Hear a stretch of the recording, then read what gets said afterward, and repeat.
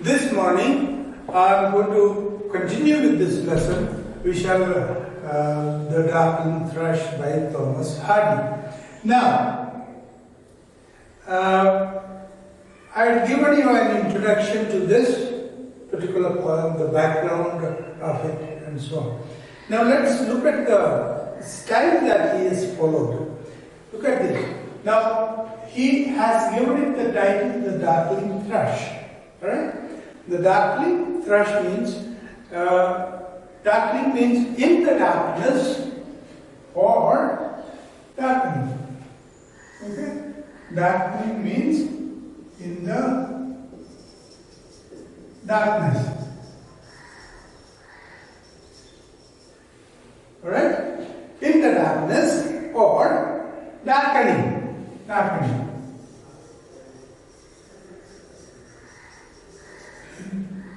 Because this thrush appears in the backdrop of a dusk or twilight after sunset and before the approach of the night.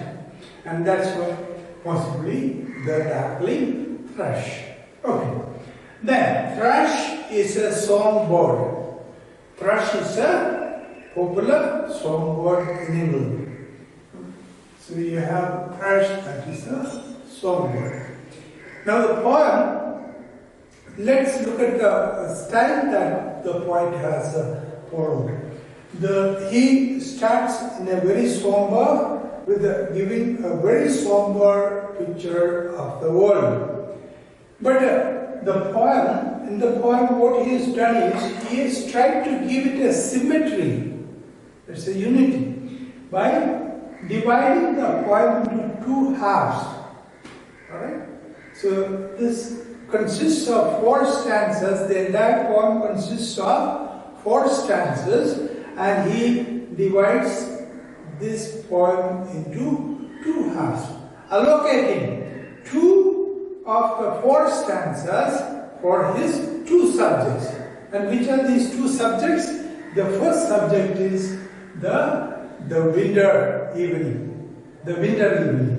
The first stanza and the second stanza deals with the winter evening.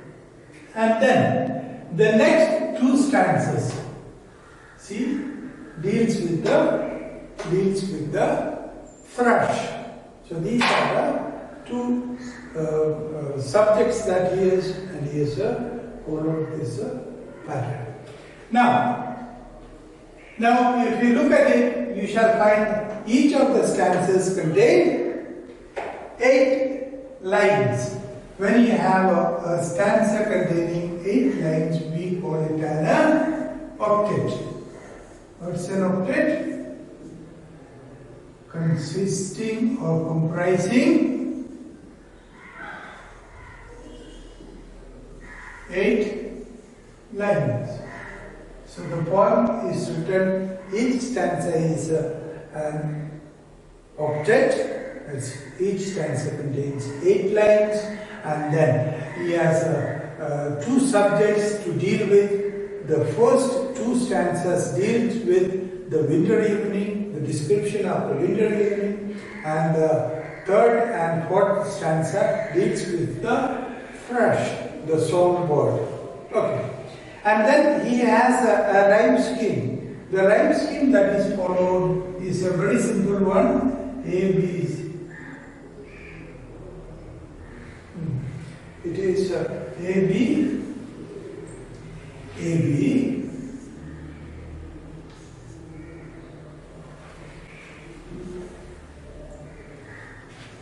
C, D, C.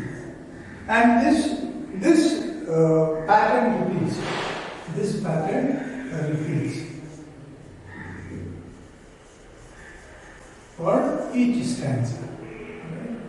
So this is the rhyme scheme. The rhyme scheme is A, B, C, D, C, D. And that is applicable for each of the stanzas. The same pattern is repeated in every one of those stanzas. Okay, that much for style, and then we proceed with the with the poem proper, and then you have the title, as I told you, is the Darkling Thrush. The Darkling Thrush by Thomas Hardy. Let's read the first two stanzas and we shall take up the two stanzas today. I leant upon a coppice gate where frost was spectre grey, and winter's dregs made desolate the weakening eye of day. The tangled vine stems scored the sky like strings of broken lyres, and all mankind that haunted nigh had sought their household fires. The land's sharp features seemed to be the century's corpse outlined. His crypt, the cloudy canopy, the wind of his death lament. The ancient pulse of German birth was shrunken hard and dry, and every spirit upon earth seemed powerless as I. So that's a these are very powerful lines. I leant upon the coppice gate. What's this coppice gate? Coppice is a woodland. Alright? And therefore, a coppice gate is a gate that opens out to a woodland. And a coppice is a woodland that is periodically cut for timber and firewood and for regeneration or regrowth. Okay. So the poet stands leaning on this gate that opens out into the woodland, and winter's dregs made desolate. The winter's dregs. See, so the poem is starting in a very, I leant upon a coppice gate when frost was spectre grey, and winter's dregs made desolate the weakening eye of day. So what we find is a very somber picture of the world painted by the poet. The mood feels lonely and meditative. The poet standing there alone, lonely and meditative. Meditative means thoughtful, in a very thoughtful mood. And the speaker is watching as a silent observer, as a silent bystander. He is standing, leaning on this coppice gate that opens out into the woodlands. In his loneliness, what has he done? He has personified winter as well as frost. Okay? He has personified both winter as well as frost. See? The frost and winter. The first letter beginning with F suggests that it is personified. It is given the qualities or the attributes that belong to a human being. Alright? Okay. Now, so what was the quality of this frost? Frost was spectre grey. As grey like a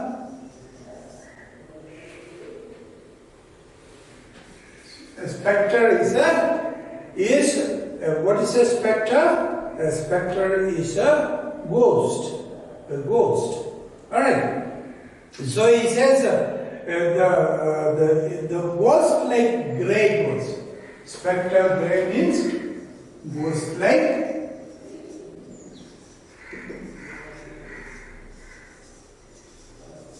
grey. And winter's dregs made desolate. Winter's dregs. And what are these winter's dregs? the fallen snow and heavy fog, that is what he refers to. Winter's dregs are a winter's dregs. That means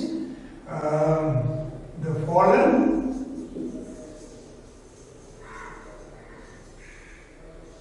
snow and thick or heavy fog.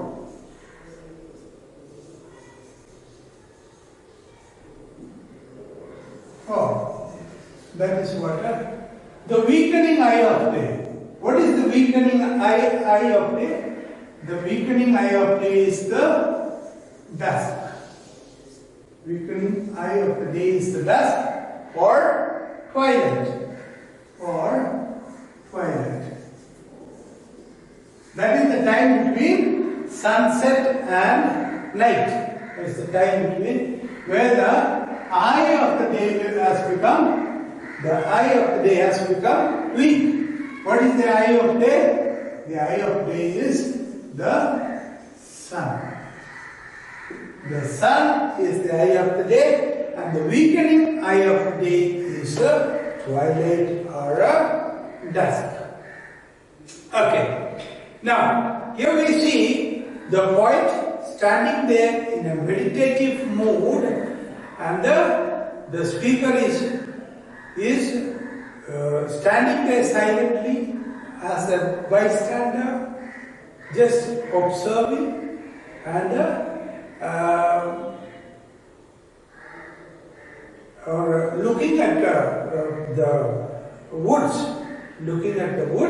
leaning on the gate that opens to the woods.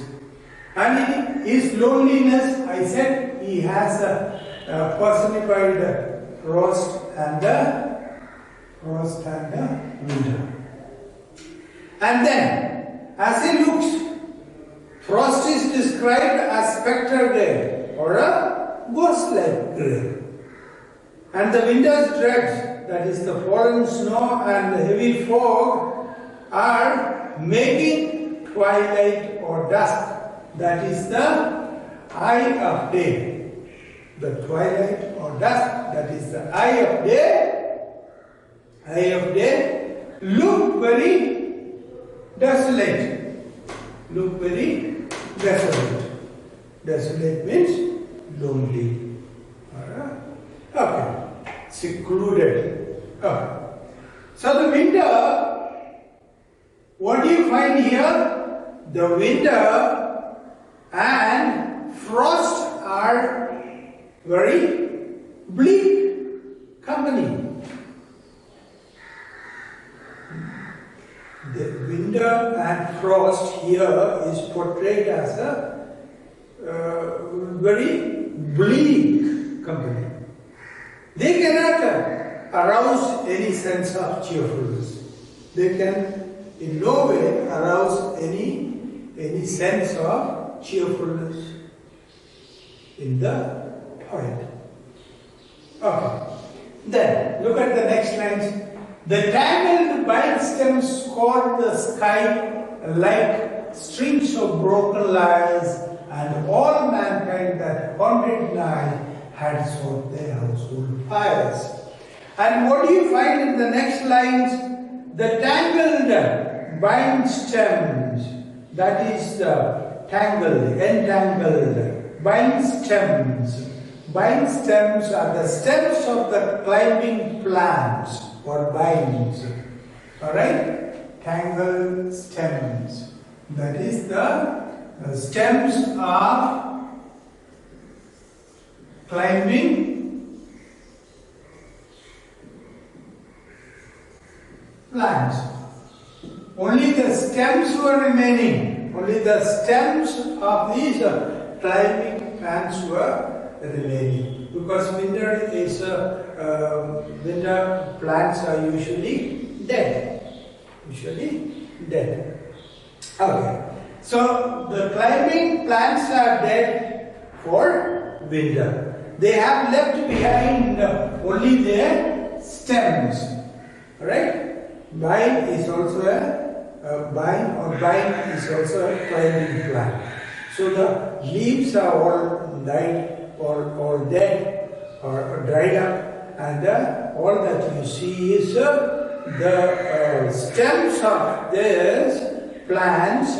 Only these stems of the plants, climbing stems or vine stems can be seen. And then, what are they? They scored the sky. They notched the sky. Notched against the sky. So that's all you could see. The climbing plants. And then, like strings of broken lyres. And look at the simile that is used. See, the word like is used, and when like is used to compare, then we call it a simile, isn't it? You learned that earlier. It's a simile, it's a comparison.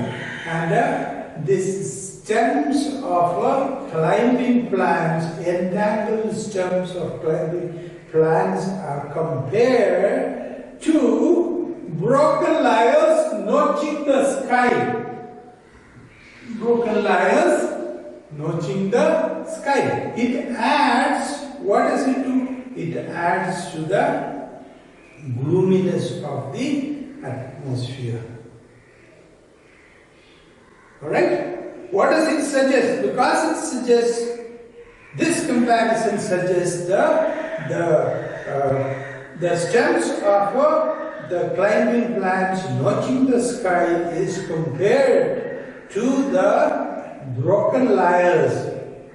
This comparison is suggesting the lack of music, because lyre is a musical instrument. Lyre is a musical instrument, something like a lute or a harp. Alright? An ancient musical instrument. Okay. Now, when the lyre strings, it's a stringed instrument and the strings are broken, you cannot produce any music with it, and the scene is similar to that. The scene cannot evoke any music or a happiness in the humans or in the poet. And look at the next two lines. And all mankind that haunted night had sought their household fires. Look at that. Next, what do you find? Even people are listless and haunting instead of living their lives. All mankind haunted night. Night means near. Alright? Almost. Had sought their household fires. They had retreated indoors and to their fireplace to keep themselves warm. Alright? So people going home and seeking their household fires add to the gloomy end of the day again here. There is no vibrancy in life or color in life. So everything at the end of the day you find gloomy. And even people have retreated to their homes and to their fires, even for looking for warmth, because there is no light, there is no vibrancy, no light or color outside. They are listless and haunting. That's what has happened. All right. Then. So that is the scene that we find, the winter scene. Let's recap it once again. The poet paints a somber picture of the world in the first stanza, I said. The mood feels very lonely and meditative. The speaker is watching as a silent bystander leaning upon a coppice gate that opens to the woodlands. In his loneliness, he has personified, I told you, winter and frost. And frost is described as spectral grey or ghost-like grey. The winter's dregs, that is the fallen snow and fog, are making twilight or dusk. Twilight or dusk, that is the weakening eye of day. What are they doing? Look very desolate. Right? Then, so the winter and frost definitely are very bleak companions. They can't arouse any sense of cheerfulness. Then, look at the next answer, next line. The climbing plants dead for winter. They are all dead. Only the stems are left behind. Have left behind only their climbing stems or vine stems. They add to what? To the gloominess of the sky. The comparison implied, this comparison is very important in suggesting the lack of music or happiness. Because the comparison is made, or the simile is of broken lyres notching the sky. The broken lyres notching the sky. That adds to the gloominess. And then, look at the next lines. The people themselves are finding themselves listless and forgotten. Instead of living their life, they are retreating. People are going home and seeking their household fires. This adds to the gloomy end of the day. There is no vibrancy or light or color in their lives. Okay? So that is our first stanza. So look at the second stanza. The lamp's sharp features seem to be the century's corpse outlined. His crypt, the cloudy canopy, the wind, his death lament. The ancient pulse of German birth was shrunken, hard and dry, and every spirit upon earth seemed fervorless as I. Okay? Now, look at these stanzas. Winter is in the Western Hemisphere. Winter is also the end of the year. Okay. So that's why therefore it sounds meaningful when this is see the winter being the end of the year. Here it is meaningful because it is also the end of the century in this particular poem.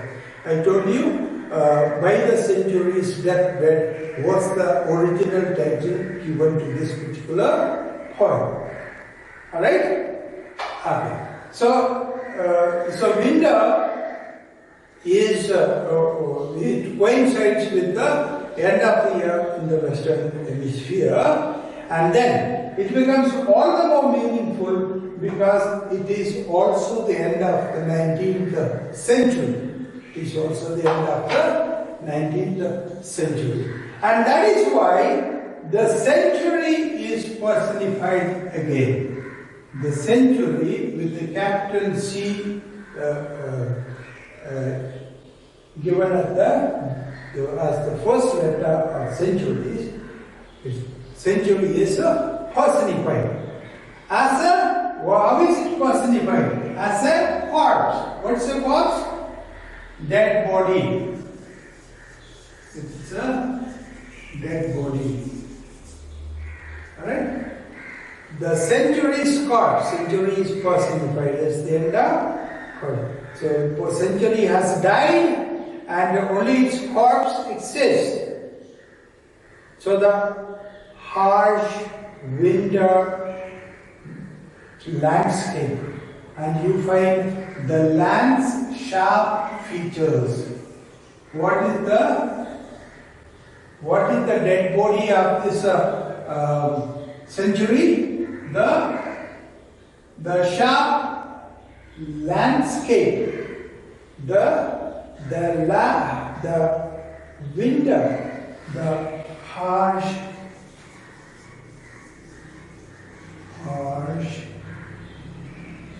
winter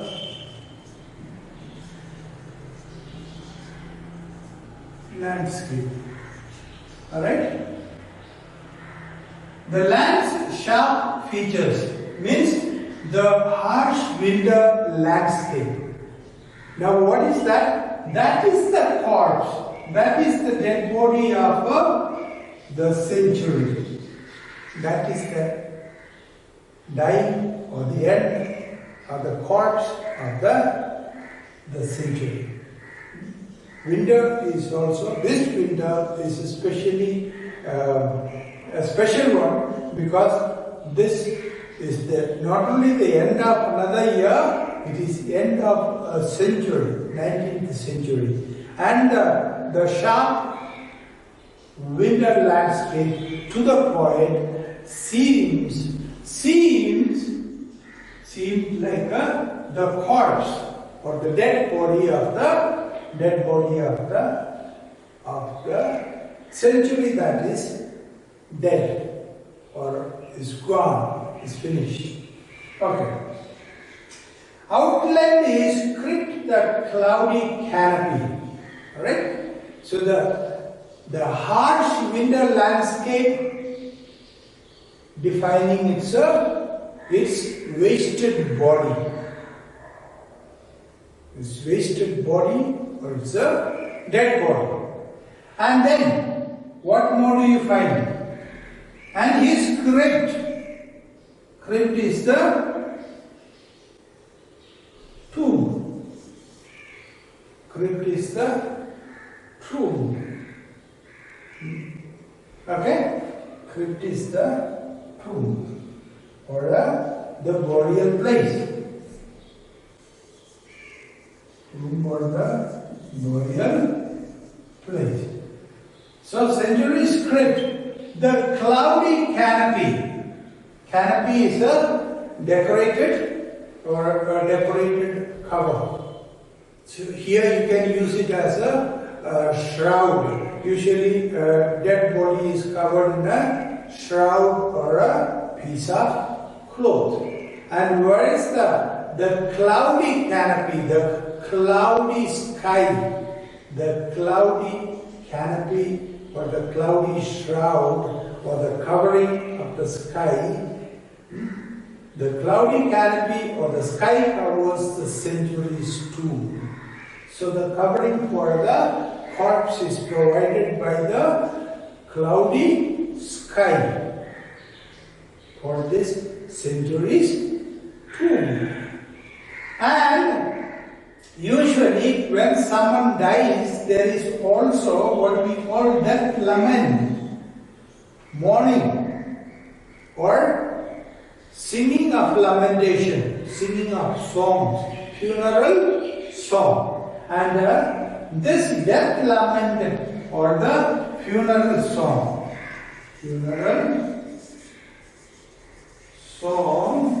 or the mourning song is sung by whom? The wind, the whistling of the wind, the sound of the wind.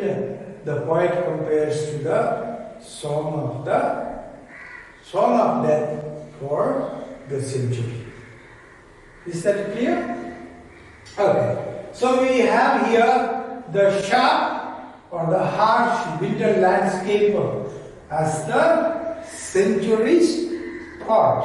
That means the century is dead and only its dead body is left. And the dead body is the harsh winter landscape that is described by the poet as the wasted body of the century. And his crypt and the tomb or the burial place of the century, that is the earth, is covered with what? A cloudy canopy. Cloudy canopy. A covering, usually a decorated covering, and that is provided by the cloud-covered sky or cloud-filled sky. A covering for the tomb of the dead century. And the wind is death lament. And the ditties or the funeral songs are sung by the wind that is blowing. Okay. Next, we proceed. The ancient pulse of German birth was shrunken, hard and dry, and every spirit upon earth seemed powerless as I. Alright? In winter, nature generally comes to a standstill. In winter time, what happens is nature generally comes to a standstill. Alright? And the vibrancy, that is the ancient pulse and germ of birth, that is the vibrancy. The vibrancy is dead, there is no life.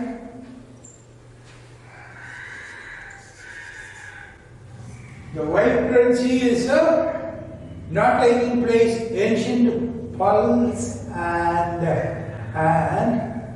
germs,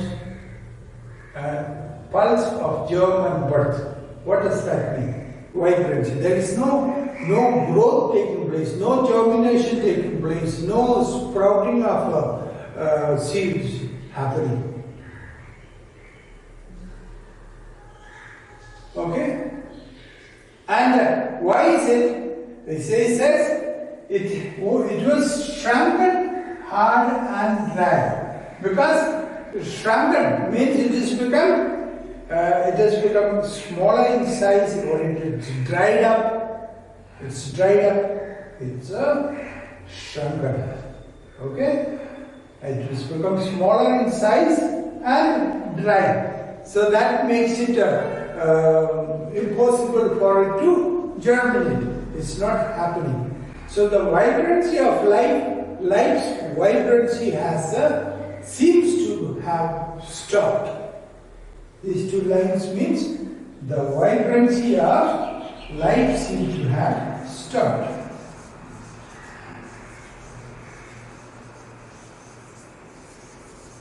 Life